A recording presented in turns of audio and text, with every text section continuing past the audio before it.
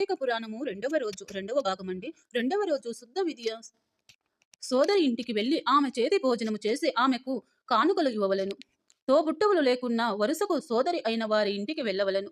కోసిన కోసిన వస్తువులను తినకూడదు. తామర పువ్వులు, ఉప్పు, నూనె ఈ రోజు దానము ఇవ్వవలెను. ఓ జనక మహారాజా, ఇంతవరకు నీకు కార్తీక మాసమునందు ఆచరించవలసినది విధి విధానము మాత్రమే చెప్పి తిని. కార్తీక మాసములో సోమవార వ్రతం నాకు ప్రత్యేక ప్రాముఖ్యత ఉన్నది. కావున సోమవార వ్రత విధానము దాని మహిమ గురించి వివరించెదను, జాగ్రత్తగా వినండి అని ముని మహర్షి ఇలా చెబుతున్నారు. కార్తీక మాసములలో సోమవారము శివునకు చాలా ఇష్టమైన రోజు. ఆ రోజున స్త్రీ కాని పురుషుడు కాని ఏ జాతి వారైనా రోజంతా ఉపవాసం ఉండి నదిలో స్నానము చేసి తమ శక్తి కొలది దాన ధర్మములు చేసి నిష్ఠతో శివునకు బిల్వ పత్రములతో అభిషేకము చేసి సాయంత్రము నక్షత్రమును నన్ను చూసిన తరువాత భోజనము చేయవలెను. ఈ విధముగా నిష్ఠతో ఉండి ఆ రాత్రి అంతా జాగరణ చేసి పురాణములను చదివి తెల్లవారిన తరువాత నదికి వెళ్లి స్నానము చేసి నువ్వులను దానము చేసి తమ శక్తి కొద్దీ పేదలకు అన్నదానము కూడా చేయవలను. ఈ విధంగా చేయలేని వారు కనీసము 3 బ్రాహ్మణులకైనా తృప్తిగా భోజనము పెట్టి తాము కూడా భోజనం చేయవలను. ఉపవాసము ఉండగలిగిన వారు సోమవారం నాడు 2 పూటల భోజనము కాని ఏ విధమైన పలహారములు కాని తినకుండా కార్తీక మాసమునందు వచ్చు సోమవార వ్రతమును చేసినారో పరమేశ్వరుడు కైలాస ప్రాప్తి కలిగి శివ సన్నిధికి చేరుకుంటారు.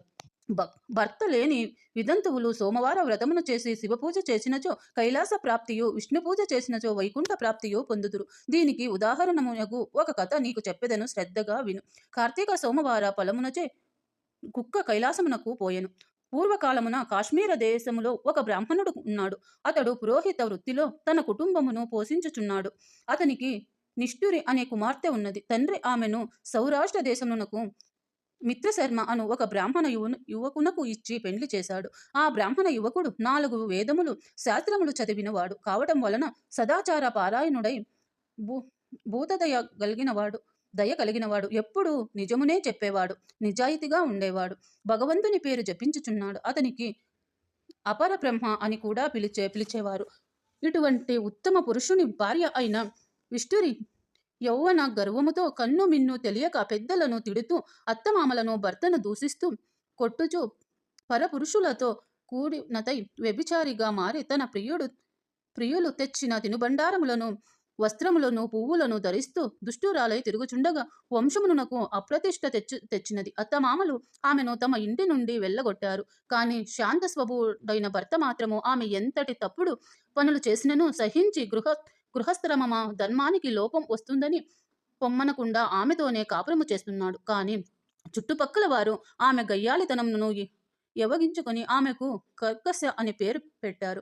ఈ విధంగా కొంతకాలము జరిగిన తరువాత ఆ కర్కశ ఒకనాటి రాత్రి తన భర్త గాఢ నిద్రలో ఉన్న సమయం చూసి మెల్లగా లేచి తాళి కట్టిన భర్త అని కూడా చూడకుండా దయాదాక్షణ్యాలు లేకుండా ఒక బండరాతిని తెచ్చి అతని తలపై గట్టిగా కొట్టినది. వెంటనే అతడు చనిపోయాడు. ఆ మృతదేహమును ఎవ్వరి సహాయము లేకుండానే రహస్యంగా దొడ్డిదారిలో తీసుకుపోయి ఊరి చివర ఉన్న పాడుబడిన బావిలో పడేసి ఏమీ తెలియని దానివలే ఇంటికి వచ్చినది. ఇక తనకు ఏ ఆటంకములు లేవని విచ్చలవిడిగా తిరుగుతూ తన సౌందర్యం చూసి ఎందరినో వశపరుచుకొని అనేక జాతి పురుషులతో తిరిగి వర్ణ సంకరణాలు అయినది. అంతేకాక పడుచు కన్యలను భర్తలతో కాపురము చేయుచున్న స్త్రీలను తమ మాయ మాటలతో చెరతీసి వాటికి ఆశలు కల్పించి విటులకు తార్చి ధనములను సంపాదించసాగినది.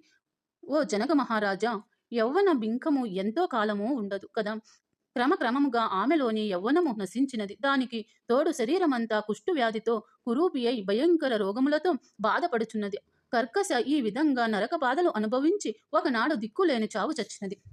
బ్రతికినంత కాలము ఒక్క రోజైనా పురాణ శ్రవణం చెయ్యని, ఆలయానికైనా వెళ్ళని పాపిష్ఠురాలు కదా. చనిపోయిన వెంటనే భయంకరమైన యమభటులు ఆమెను తీసుకొని పోయి యమధర్మరాజు ముందు ఉంచారు. చిత్రగుప్తుడు ఆమె పాపాల జాబితాను చెప్పగా యమధర్మరాజు ఉగ్రుడై భరించరాని శిక్షలు విధించాడు.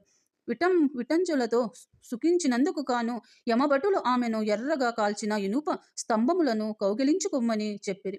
భర్తను బండరాతితో కొట్టి చంపినందుకు ఇనుప గడలతో కొట్టిరి. పతివ్రతములను వ్యభిచారులుగా చేసినందుకు సలసల కాగిన నూనెలో పడివేసిరి. తల్లిదండ్రులకు అత్తమామలకు అపకీర్తి తెచ్చినందుకు సీసము కరిగించి నోటిలోనూ చెవిలోనూ పోసి ఇనుప కడ్డీలు కాల్చి వాతలు పెట్టారు. చివరకు కుంభి పాకమునకు నరకములో వెయ్యగా అందులో ఇనుప ముక్కులు గల కాకులు విషసర్పాలు, తేళ్లు, జర్రులు కత్తితో కుట్టినవి. ఆమె చేసిన పాపములకు ఇటు 7 తరాల వాళ్ళు, అటు 7 తరాల వాళ్ళు నరక బాధలు అనుభవించుచున్నారు. ఈ ప్రకారముగా నరక బాధలను అనుభవించి చివరకు 15వ జన్మలో కుక్కగా జన్మించి ఆకలి బాధ పడలేక ఇల్లిల్లు తిరుగుచుండగా కర్రలతో కొట్టగా తిట్టేవారు తిట్టుచుండగా కాలం గడుపుచున్నది. ఇట్లుండగా ఒకనాడు కార్తీక మాసంలో బ్రాహ్మణుడు కార్తీక సోమవార వ్రతమును చేసి ఉపవాసముండి సాయంత్రము నక్షత్రములను చూసి మళ్ళీ అన్నము అరుగుపై పెట్టి కాళ్ళు చేతులు కడుక్కొనుటకై లోపలికి వెళ్ళిన సమయంలో ఆ కుక్క వచ్చి ఆ బలి అన్నము తిన్నది. వ్రత నిష్ఠుడైన ఆ బ్రాహ్మణి పూజ విధానముచే జరిపించిన బలి అన్నము తినుట చేత ఆ రోజు కార్తీక సోమవారమగుట వలన కుక్క ఆ రోజంతా ఉపవాసముతో ఉండుట వలన శివపూజ పవిత్ర స్థానమైన ఆ ఇంట దొరికిన ప్రసాదము తినుట వలన ఆ కుక్కకు జన్మాంతర జ్ఞానము కలిగి వెంటనే ఆ శునకము బ్రహ్మోత్తమ నన్ను కాపాడావు అని మొరపెట్టుకొన్నది. ఆ మాటలు విన్న బ్రాహ్మణుడు బయటకు వచ్చి ఆశ్చర్యముతో ఎవరు నువ్వు, నీ వృత్తాంతము ఏమిటి అని ప్రశ్నించాడు. అంతా ఆ కుక్క మహానుభావ, ఈయన పుట్టుకను ముందు 15 జన్మల క్రితం నేను బ్రాహ్మణ కన్యను వ్యభిచారినై అగ్నిసాక్షిగా పెండ్లాడిన భర్తను చంపి వృద్ధాశ్రమంలో కుష్ఠురాలినై దేహము చాలించి యమదూతల వల్ల మహా నరకములు అనుభవించి తిని నా పూర్వీకుల పుణ్యబలము వల్ల ఈ జన్మలో కుక్కగా జన్మించాను. ఈ రోజు మీరు కార్తీక సోమవార వ్రతము చేసి ఇచ్చట ఉంచిన బలి అన్నము తిన్నుట వలన నాకు జ్ఞానోదయము కలిగినది. కావున ఓ పురోహితమా, నాకు ప్రకారముగా మీరు చేసిన కార్తీక సోమవార వ్రత ఫలము ఒక్కటి ఇచ్చి నాకు మోక్షము కలిగించమని ప్రార్థించాను అని దీనగా వేడుకొన్నది. ఆ బ్రాహ్మణుడు అని కనికరించి తాను కార్తీక సోమవార వ్రతం వల్ల సంపాదించిన ఒకనాటి ఫలమును ఆమెకు దారపోయగా వెంటనే ఆ సునకము అందమైన స్త్రీ రూపం దాల్చినది. పుష్పక విమానము వచ్చి అక్కడి వారందరూ చూస్తుండగానే ఆ విమానమెక్కి శివ సాన్నిధ్యమునకు పోయెను. కనుక జనక మహారాజా, కార్తీక సోమవార వ్రత మహత్యము ఇది కనుక నీవు నీ దేశ ప్రజలు కార్తీక సోమవార వ్రతం చేసి శివ సాన్నిధ్యమునను పొందమని వశిష్ఠులు హితబోధ చేశారు. స్కంద పురాణత్యత వశిష్ఠ ప్రోస్త కార్తీక మహత్యమందలి 2వ అధ్యాయము 2వ రోజు పారాయణము పూర్తయినదండి.